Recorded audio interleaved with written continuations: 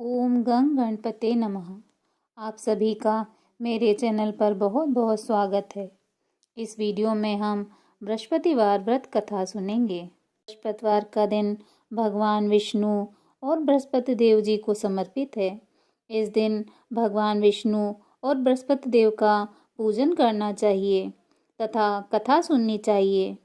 बृहस्पतिवार की कथा सुनने से सभी समस्याओं से छुटकारा मिलता है और जीवन में सुख समृद्धि आती है। तो आइए सुनते हैं अद श्री बृहस्पतिवार व्रत कथा। भारतवर्ष में एक प्रतापी और दानी राजा राज्य करता था। वह नित्य गरीबों और ब्राह्मणों की सहायता करता था। यह बात उसकी रानी को अच्छी नहीं लगती थी।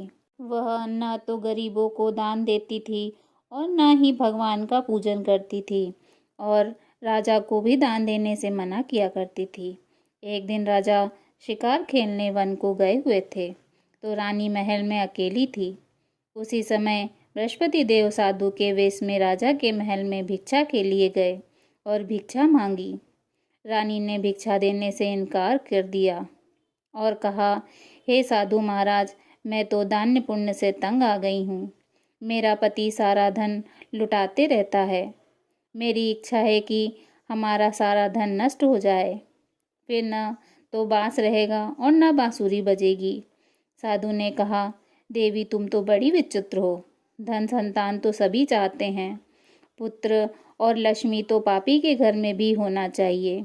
यदि तुम्हारे पास अधिक धन है तो भूखों को भोजन दो, प्यासों के लिए प्याऊ बनवाओ, मुसाफिरों के लिए धर्मशालाएं खुलवाओ। जो निर्धन अपनी कुंवारी कन्याओं का विवाह नहीं करा सकते उनका विवाह करा दो। ऐसे और कई काम हैं जिनके करने से तुम्हारा यश लोक परलोक में फैलेगा। परंतु रानी पर उपदेश का कोई फर्क न पड़ा। वह बोली, महाराज आप मुझे न समझाइए। मैं ऐसा धन नहीं चाहती जो हर जगह बांटती फिरूं। साधु ने उत्तर दिया, यदि तुम्हारी ऐसी इच्छा है तो तथास्तु। तुम ऐसा करना कि बृहस्पतिवार के दिन घर लीपकर पीली मिट्टी से अपना सर धोकर स्नान करना, भट्टी चढ़ाकर कपड़े धोना। ऐसा करने से आपका सारा धन नष्ट हो जाएगा। इतना कहकर वह साधु महाराज वहां से लोप हो गए। साधु के अनुसार कई बातों को पूरा करते हुए रानी को केवल 3 बृहस्पतिवार ही बीते थे कि उसकी समस्त धन संपत्ति नष्ट हो गई। भोजन के लिए राजा का परिवार तरसने लगा। तब एक दिन राजा ने रानी से बोला कि हे रानी, तुम यहीं रहो, मैं दूसरे देश को जाता हूँ, क्योंकि यहाँ पर सभी लोग मुझे जानते हैं, इसलिए मैं कोई छोटा कार्य भी नहीं कर सकता। ऐसा कहकर राजा परदेश चला गया। वहाँ जंगल से लकड़ी काटकर लाता और शहर में बेचता। इस तरह अपना जीवन व्यतीत करने लगा। इधर राजा के परदेश जाते ही रानी और दासी दुखी रहने लगी। एक बार जब रानी और दासी को 7 दिन तक बिना भोजन के रहना पड़ा तो रानी ने अपनी दासी से कहा, हे दासी, पास के ही नगर में मेरी बहन रहती है। वह बड़ी धनवान है। तू उसके पास जा और कुछ ले आ ताकि थोड़ी बहुत गुजर बसर हो जाए। दासी रानी की बहन के पास गई।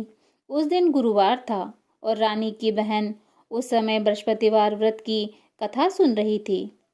दासी ने रानी की बहन को अपनी रानी का संदेश दिया, लेकिन रानी की बड़ी बहन ने कोई उत्तर नहीं दिया। जब दासी को रानी की बहन से कोई उत्तर नहीं मिला तो वह बहुत दुखी हुई और उसे क्रोध भी आया। दासी ने वापस आकर रानी को सारी बात बता दी। सुनकर रानी ने अपने भाग्य को कोसा। उधर रानी की बहन ने सोचा कि मेरी बहन की दासी आई थी, परंतु मैं उससे नहीं बोल सकी, इससे वह बहुत दुखी हुई होगी। कथा सुनकर और पूजन समाप्त करके वह अपनी बहन के घर आई और कहने लगी, हे बहन, मैं बृहस्पतिवार का व्रत कर रही थी। तुम्हारी दासी मेरे घर आई थी, परंतु जब तक कथा होती है तब तक न उठते हैं और न ही बोलते हैं, इसलिए मैं नहीं बोली। कहो दासी क्यों आई थी? रानी की बहन बोली, बहन तुमसे क्या छिपाऊं, हमारे घर में खाने तक को अनाज नहीं है। ऐसा कहते कहते रानी की आंखें भर आईं। उसने दासी समेत पिछले 7 दिनों से भूखे रहने तक की बात अपनी बहन को विस्तार पूर्वक सुना दी। रानी की बहन बोली, देखो बहन, भगवान बृहस्पति देव सबकी मनोकामना पूर्ण करते हैं। देखो शायद तुम्हारे घर में अनाज रखा हो। पहले तो रानी को विश्वास नहीं हुआ, पर बहन के आग्रह करने पर उसने अपनी दासी को अंदर भेजा तो उसे सचमुच अनाज से भरा एक घड़ा मिल गया। यह देखकर दासी को बड़ी हैरानी हुई। दासी रानी से कहने लगी, हे रानी, जब हमको भोजन नहीं मिलता तो हम व्रत ही तो करते हैं, इसलिए क्यों ना इनसे व्रत की विधि और कथा पूछ ली जाए ताकि हम भी व्रत कर सकें। तब रानी ने अपनी बहन से बृहस्पतिवार व्रत के बारे में पूछा। उसकी बहन ने बताया, बृहस्पतिवार व्रत में चने की दाल और मुनक्का से विष्णु भगवान का केले के जड़ में पूजन करें तथा दीपक जलाएं, व्रत कथा सुनें और पीला ही भोजन करें। इससे बृहस्पति देव प्रसन्न होते हैं। व्रत और पूजन विधि बताकर रानी की बहन अपने घर लौट आई। 7 दिन बाद जब गुरुवार आया तो रानी और दासी ने व्रत रखा। गुड़साल से जाकर चना और गुड़ ले आई। फिर उसने केले की जड़ तथा विष्णु भगवान का पूजन किया। अब पीला भोजन कहाँ से आए, इस बात को लेकर दोनों बहुत दुखी थीं। चूंकि उन्होंने व्रत रखा था, इसलिए बृहस्पति देव उनसे प्रसन्न थे। इसीलिए वे एक साधारण व्यक्ति का रूप धारण कर 2 थालों में सुंदर पीला भोजन दासी को दे गए। भोजन पाकर दासी प्रसन्न हुई और फिर रानी के साथ मिलकर भोजन ग्रहण किया। उसके बाद वे सभी गुरुवार को व्रत और पूजन करने लगी। बृहस्पति भगवान की कृपा से उनके पास फिर से धन संपत्ति आ गई, परंतु रानी फिर से पहले की तरह आलस करने लगी। तब दासी बोली, देखो रानी, तुम पहले भी इसी प्रकार आलस्य करती थी। तुम्हें धन रखने में कष्ट होता था, इसी कारण से सभी धन नष्ट हो गया, और अब जब भगवान बृहस्पति देव की कृपा से धन मिला है तो तुम्हें फिर से आलस्य होता है। रानी को समझाते हुए दासी कहती है कि बड़ी मुसीबतों के बाद हमने यह धन पाया है, इसलिए हमें दान पुण्य करना चाहिए, भूखे मनुष्यों को भोजन कराना चाहिए और धन को शुभ कार्यों में खर्च करना चाहिए, जिससे तुम्हारे कुल का यश बढ़ेगा, स्वर्ग की प्राप्ति होगी और पितर प्रसन्न होंगे। दासी की बात मानकर रानी अपना धन शुभ कार्यों में खर्च करने लगी, जिससे पूरे नगर में उसका यश फैलने लगा। एक दिन राजा दुखी होकर जंगल में पेड़ के नीचे आसन जमाकर बैठ गया। वह अपनी दशा को याद करके व्याकुल होने लगा। बृहस्पतिवार का दिन था। एकाएक उसने देखा कि निर्जन वन में एक साधु प्रकट हुए हैं। वह साधु वेश में स्वयं बृहस्पति देवता थे। लकड़हारे के सामने आकर बोले, हे लकड़हारे, इस सुनसान जंगल में तू किस चिंता में बैठा है? लकड़हारे ने दोनों हाथ जोड़कर प्रणाम किया और उत्तर दिया, महात्मा जी, आप सब कुछ जानते हैं, मैं क्या कहूँ। यह कहकर रोने लगा और साधु को अपनी आत्मकथा सुनाई।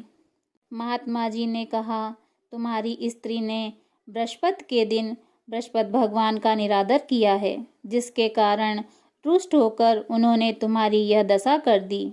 अब तुम चिंता को दूर कर कर मेरे कहने पर चलो तो तुम्हारे सब कष्ट दूर हो जाएंगे और भगवान पहले से अधिक संपत्ति देंगे। तुम बृहस्पति के दिन कथा किया करो। 2 पैसे के चने मुनक्के लाकर उनका प्रसाद बनाओ और शुद्ध जल से लोटे में शक्कर मिलाकर अमृत तैयार करो। कथा के पश्चात अपने सारे परिवार और सुनने वाले प्रेमियों में अमृत व प्रसाद बांटकर आप भी ग्रहण करो। ऐसा करने से भगवान तुम्हारी सब मनोकामनाएं पूरी करेंगे। साधु के ऐसे वचन सुनकर लकड़हारा बोला, हे प्रभु, मुझे लकड़ी बेचकर इतना पैसा नहीं मिलता जिससे भोजन के उपरांत कुछ बचा सकूं। मैंने रात्रि में अपनी स्त्री को व्याकुल देखा है। मेरे पास कुछ भी नहीं है जिससे मैं उसकी खबर मंगा सकूं। साधु ने कहा, हे लकड़हारे, तुम किसी बात की चिंता मत करो। बृहस्पति के दिन तुम रोजाना की तरह लकड़ियां लेकर शहर को जाओ। तुमको रोज से दुगना धन प्राप्त होगा, जिससे तुम भली भांति भोजन कर लोगे तथा बृहस्पति देव की पूजा का सामान भी आ जाएगा। इतना कहकर साधु अंतर ध्यान हो गए। धीरे धीरे समय व्यतीत होने पर फिर वही बृहस्पतिवार का दिन आया। लकड़हारा जंगल से लकड़ी काटकर किसी शहर में बेचने गया। उसे उस दिन और दिनों से अधिक पैसा मिला। राजा ने चना गुड़ आदि लाकर गुरुवार का व्रत किया। उस दिन से उसके सभी कलेश दूर हुए। परंतु जब दोबारा गुरुवार का दिन आया तो बृहस्पतिवार का व्रत करना भूल गया। इस कारण बृहस्पति भगवान नाराज हो गए। उस दिन उस नगर के राजा ने विशाल यज्ञ का आयोजन किया तथा शहर में यह घोषणा करा दी कि कोई भी मनुष्य अपने घर में भोजन न बनाए, न आग जलाए। समस्त जनता मेरे यहाँ भोजन करने आए। इस आज्ञा को जो न मानेगा उसे फांसी की सजा दी जाएगी। इस तरह की घोषणा संपूर्ण नगर में करवा दी गई। राजा की आज्ञा अनुसार शहर के सभी लोग भोजन करने गए, लेकिन लकड़हारा कुछ देर से पहुंचा, इसलिए राजा उसको अपने साथ घर ले गए और ले जाकर भोजन करा रहे थे। तभी रानी की दृष्टि उस खूंटी पर पड़ी जिस पर उनका हार लटका हुआ था। वह वहां दिखाई नहीं दिया। रानी ने निश्चय किया कि मेरा हार इसी मनुष्य ने चुरा लिया है। उसी समय सिपाहियों को बुलाकर उसको कारागार में डलवा दिया। जब लकड़हारा कारागार में पड़ गया और वह बहुत दुखी होकर यह विचार करने लगा कि न जाने कौन से पूर्व जन्म के कर्म से मुझे यह दुख प्राप्त हुआ है, और उसी साधु को याद करने लगा जो जंगल में मिला था। उस समय तत्काल बृहस्पति देव साधु के रूप में प्रकट हुए और उसकी दशा को देखकर कहने लगे, अरे मूर्ख, तूने बृहस्पति देव की कथा नहीं कही, इसी कारण तुझे दुख प्राप्त हुआ है। अब चिंता मत कर, बृहस्पति के दिन कारागार के दरवाजे पर 4 पैसे पड़े मिलेंगे। उनसे तू बृहस्पति देव की पूजा करना, तेरे सभी कष्ट दूर हो जाएंगे। बृहस्पतिवार के दिन उसे 4 पैसे मिले। लकड़हारे ने कथा कही। उसी रात्रि को बृहस्पति देव ने उस नगर के राजा को स्वप्न में कहा, हे राजा, तूने जिस आदमी को कारागार में बंद कर दिया है वह निर्दोष है, वह राजा है, उसे छोड़ देना। रानी का हार उसी खूंटी पर लटका है। अगर तू ऐसा नहीं करेगा तो मैं तेरे राज्य को नष्ट कर दूंगा। इस तरह रात्रि में स्वप्न को देखकर राजा प्रातः काल उठा और खूंटी पर हार देखकर लकड़हारे को बुलाकर क्षमा मांगी तथा लकड़हारे को योग्य सुंदर वस्त्र आभूषण देकर विदा कर दिया। बृहस्पति देव के आज्ञा अनुसार लकड़हारा अपने नगर को चल दिया। राजा जब अपने नगर के निकट पहुंचा तो उसे बड़ा आश्चर्य हुआ। नगर में पहले से अधिक बाग, तालाब, कुएं तथा बहुत सी धर्मशाला, मंदिर आदि बन गए हैं। राजा ने पूछा कि यह किसका बाग और धर्मशाला है। तब नगर के सब लोग कहने लगे, यह सब रानी और बांदी के हैं। तो राजा को आश्चर्य हुआ और गुस्सा भी आया। जब रानी ने यह खबर सुनी कि राजा आ रहे हैं तो उन्होंने बांदी से कहा, हे दासी, देख राजा हमको कितनी बुरी हालत में छोड़ गए थे। हमारी ऐसी हालत देखकर वह लौट न जाएं, इसलिए तू दरवाजे पर खड़ी हो जा। आज्ञा अनुसार दासी दरवाजे पर खड़ी हो गई। राजा आए तो उन्हें अपने साथ लिवा लाई। तब राजा ने क्रोध करके अपनी रानी से पूछा कि यह धन तुम्हें कैसे प्राप्त हुआ है। तब उन्होंने कहा, हमें यह सब धन बृहस्पति देव की कृपा से प्राप्त हुआ है। राजा ने निश्चय किया कि 7 रोज बाद तो सभी बृहस्पति देव का पूजन करते हैं, परंतु मैं प्रतिदिन दिन में 3 बार कहानी तथा रोज व्रत किया करूँगा। अब हर समय राजा के दुपट्टे में चने की दाल बंधी रहती तथा दिन में 3 बार कहानी कहते। एक रोज राजा ने विचार किया, चलो अपनी बहन के यहाँ हो आए। इस तरह निश्चय कर राजा घोड़े पर सवार हो अपनी बहन के यहाँ चलने लगा। मार्ग में उसने देखा कि कुछ आदमी एक मुर्दे को लिए जा रहे हैं। उन्हें रोककर राजा कहने लगा, अरे भाइयों, मेरे बृहस्पति देव की कथा सुन लो। वे बोले, लो हमारा तो आदमी मर गया है, इसको अपनी कथा की पड़ी है। परंतु कुछ आदमी बोले, अच्छा कहो, हम तुम्हारी कथा सुनेंगे। राजा ने दाल निकाली और जब कथा आधी हुई थी कि मुर्दा हिलने लग गया, और जब कथा समाप्त हो गई तो राम राम कर कर मनुष्य उठकर खड़ा हो गया। आगे मार्ग में उसे एक किसान खेत में हल चलाता मिला। राजा ने उसे देखा और उससे बोला, अरे भैया, तुम मेरी बृहस्पतिवार की कथा सुन लो। किसान बोला, जब तक मैं तेरी कथा सुनूंगा तब तक 4 हरिया जोत लूंगा। जा अपनी कथा किसी और को सुनाना। इस तरह राजा आगे चलने लगा। राजा के हटते ही बैल पछाड़ खाकर गिर गए तथा किसान के पेट में जोर से दर्द होने लगा। उसी समय उसकी माँ रोटी लेकर आई। उसने जब यह देखा तो अपने पुत्र से सब हाल पूछा और बेटे ने सभी हाल कह दिया। तो बुढ़िया दौड़ी दौड़ी उस घुड़सवार के पास गई और उससे बोली, मैं तेरी कथा सुनूंगी, तू अपनी कथा मेरे खेत में चलकर कहना। राजा ने बुढ़िया के खेत में जाकर कथा कही, जिसके सुनते ही वह बैल उठ खड़े हुए तथा किसान के पेट का दर्द बंद हो गया। राजा अपनी बहन के घर पहुंचा। बहन ने भाई की खूब मेहमानी की। दूसरे रोज प्रातःकाल राजा जगा तो वह देखने लगा कि सब लोग भोजन कर रहे हैं। राजा ने अपनी बहन से कहा, ऐसा कोई मनुष्य नहीं है जिसने भोजन नहीं किया हो, मेरी बृहस्पतिवार की कथा सुन ले। बहन बोली, हे भैया, यह देश तो ऐसा ही है। यहाँ पहले लोग भोजन करते हैं, बाद में अन्य कार्य करते हैं। अगर कोई पड़ोस में हो तो देख आऊं। वह ऐसा कहकर देखने चली गई, परंतु उसे कोई ऐसा व्यक्ति नहीं मिला जिसने भोजन न किया हो। अतः वह एक कुम्हार के घर गई, जिसका लड़का बीमार था। उसे मालूम हुआ कि उसके यहाँ 3 रोज से किसी ने भोजन नहीं किया है। रानी ने अपने भाई की कथा सुनने के लिए कुम्हार से कहा। वह तैयार हो गया। राजा ने जाकर बृहस्पतिवार की कथा कही, जिसको सुनकर उसका लड़का ठीक हो गया। अब तो राजा की प्रशंसा होने लगी। एक रोज राजा ने अपनी बहन से कहा, हे बहन, हम अपने घर को जाएंगे, तुम भी तैयार हो जाओ। राजा की बहन ने अपनी सास से कहा। सास ने कहा, हाँ चली जा, परंतु अपने लड़कों को मत ले जाना, क्योंकि तेरे भाई की कोई औलाद नहीं है। बहन ने अपने भाई से कहा, हे भैया, मैं तो चलूंगी, परंतु कोई बालक नहीं जाएगा। राजा बोला, जब कोई बालक नहीं चलेगा तब तुम ही क्या करोगी। बड़े दुखी मन से राजा अपने नगर को लौट आया। राजा ने अपनी रानी से कहा, हम निर्वंशी हैं, हमारा मुंह देखने का धर्म नहीं है और कुछ भोजन आदि नहीं किया। रानी बोली, हे प्रभु, बृहस्पति देव ने हमें सब कुछ दिया है, वह हमें औलाद अवश्य देंगे। उसी रात को बृहस्पति देव ने राजा से स्वप्न में कहा, हे राजा, उठ, सभी सोच को त्याग दे, तेरी रानी गर्भ से है। राजा को यह बात सुनकर बड़ी प्रसन्नता हुई।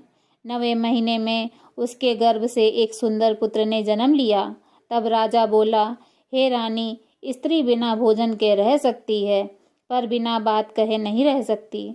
जब मेरी बहन आवे तो तुम उससे कुछ मत कहना। रानी ने सुनकर हाँ कह दिया। जब राजा की बहन ने यह शुभ समाचार सुना तो वह बहुत खुश हुई तथा बधाई लेकर अपने भाई के घर आई। तभी रानी ने कहा, घोड़ा चढ़कर तो नहीं आई, गधा चढ़कर आई।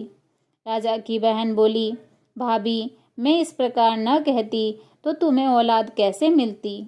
बृहस्पति देव ऐसे ही हैं, जैसे जिसके मन की कामनाएं हैं सभी को पूर्ण करते हैं। जो सद्भावना पूर्वक बृहस्पतिवार का व्रत करता है एवं कथा पढ़ता है अथवा सुनता है, दूसरों को सुनाता है, बृहस्पति देव उसकी सभी मनोकामनाएं पूर्ण करते हैं। भगवान बृहस्पति देव उसकी सदैव रक्षा करते हैं। संसार में जो मनुष्य सद्भावना से भगवान जी का पूजन व्रत सच्चे हृदय से करते हैं तो उसकी सभी मनोकामनाएं पूर्ण करते हैं। जैसी सच्ची भावना से रानी तथा राजा ने उनकी कथा का गुणगान किया तो उनकी सभी इच्छाएं बृहस्पति देव जी ने पूर्ण की थी। इसलिए पूर्ण कथा सुनने के बाद प्रसाद लेकर जाना चाहिए। हृदय में उनका मनन करते हुए जयकारा बोलना चाहिए। बोलो बृहस्पति देव भगवान की जय, विष्णु भगवान की जय। बृहस्पति देव महाराज की दूसरी कथा। प्राचीन काल में एक ब्राह्मण रहता था। वह बहुत निर्धन था। उसकी कोई संतान नहीं थी। उसकी स्त्री बहुत मलिनता के साथ रहती थी। वह न तो स्नान करती थी और न किसी देवता का पूजन करती थी। इससे ब्राह्मण देवता बड़े दुखी थे। बेचारे बहुत कुछ कहते थे, किंतु उसका कुछ परिणाम न निकला। भगवान की कृपा से ब्राह्मण स्त्री के कन्या रूपी रत्न पैदा हुआ। कन्या बड़ी होने पर प्रातः स्नान करके विष्णु भगवान का जाप व बृहस्पतिवार का व्रत करने लगी। अपने पूजन पाठ को समाप्त करके विद्यालय जाती तो अपनी मुट्ठी में जौ भर के ले जाती और पाठशाला के मार्ग में डालती जाती। जब वे जौ स्वर्ण के हो जाते तो लौटते समय उनको बिनकर घर ले आती थी। एक दिन वह बालिका सूप में सोने के जौ को फटक कर साफ कर रही थी कि उसके पिता ने देख लिया और कहा, हे बेटी, सोने के जौ के लिए सोने का सूप होना चाहिए। दूसरे दिन बृहस्पतिवार था। इस कन्या ने व्रत रखा और बृहस्पति देव से प्रार्थना करके कहा, मैंने आपकी पूजा सच्चे मन से की हो तो मेरे लिए सोने का सूप दे दो। बृहस्पति देव ने उसकी प्रार्थना स्वीकार कर ली। रोजाना की तरह वह कन्या जौ फैलाती हुई जाने लगी। जब लौटकर जौ बिन रही थी तो बृहस्पति देव की कृपा से सोने का सूप मिला। उसे वह घर ले आई और उससे जौ साफ करने लगी, परंतु उसकी माँ का वही ढंग रहा। एक दिन की बात है कि वह कन्या सोने के सूप में जौ साफ कर रही थी। उसी समय उस शहर का राजपुत्र वहां से होकर निकला। इस कन्या के रूप और कार्य को देखकर मोहित हो गया तथा अपने घर आकर भोजन तथा जल त्याग कर उदास होकर लेट गया। राजा को इस बात का पता लगा तो वह अपने मंत्री के साथ उसके पास गए और बोले, हे बेटा, तुम्हें किस बात का कष्ट है? किसी ने अपमान किया है अथवा और कोई अन्य कारण हो सो कहो, मैं वही कार्य करूँगा जिससे तुम्हें प्रसन्नता हो। अपने पिता की राजकुमार ने बातें सुनी तो वह बोला, मुझे आपकी कृपा से किसी बात का दुख नहीं है। किसी ने मेरा अपमान नहीं किया, परंतु मैं उस लड़की के साथ विवाह करना चाहता हूँ जो सोने के सूप में जौ साफ कर रही थी। यह सुनकर राजा आश्चर्य में पड़ गए और बोले, हे बेटा, इस तरह की कन्या का पता तुम ही लगाओ, मैं उसके साथ तुम्हारा विवाह अवश्य ही करवा दूंगा। राजकुमार ने उस लड़की के घर का पता बतलाया। तब मंत्री उस लड़की के घर गए और ब्राह्मण देवता को सभी हाल बतलाया। ब्राह्मण देवता राजकुमार के साथ अपनी कन्या का विवाह करने के लिए तैयार हो गए तथा विधि विधान के अनुसार ब्राह्मण की कन्या का विवाह राजकुमार के साथ हो गया। कन्या के घर से जाते ही पहले की भांति उस ब्राह्मण देवता के घर गरीबी का निवास हो गया। अब भोजन के लिए भी अन्न बड़ी मुश्किल से मिलता था। एक दिन दुखी होकर ब्राह्मण देवता अपनी पुत्री के पास गए। बेटी ने पिता की दुखी अवस्था को देखा और अपनी माँ का हाल पूछा। तब ब्राह्मण ने सभी हाल कहा। कन्या ने बहुत सा धन देकर अपने पिता को विदा कर दिया। इस तरह ब्राह्मण का कुछ समय सुखपूर्वक व्यतीत हुआ। कुछ दिन बाद फिर वही हाल हो गया। ब्राह्मण फिर अपनी कन्या के यहाँ गए और सारा हाल कहा। बेटी बोली, हे पिताजी, आप माताजी को यहाँ ले आओ, मैं उन्हें विधि बता दूंगी जिससे गरीबी दूर हो जाएगी।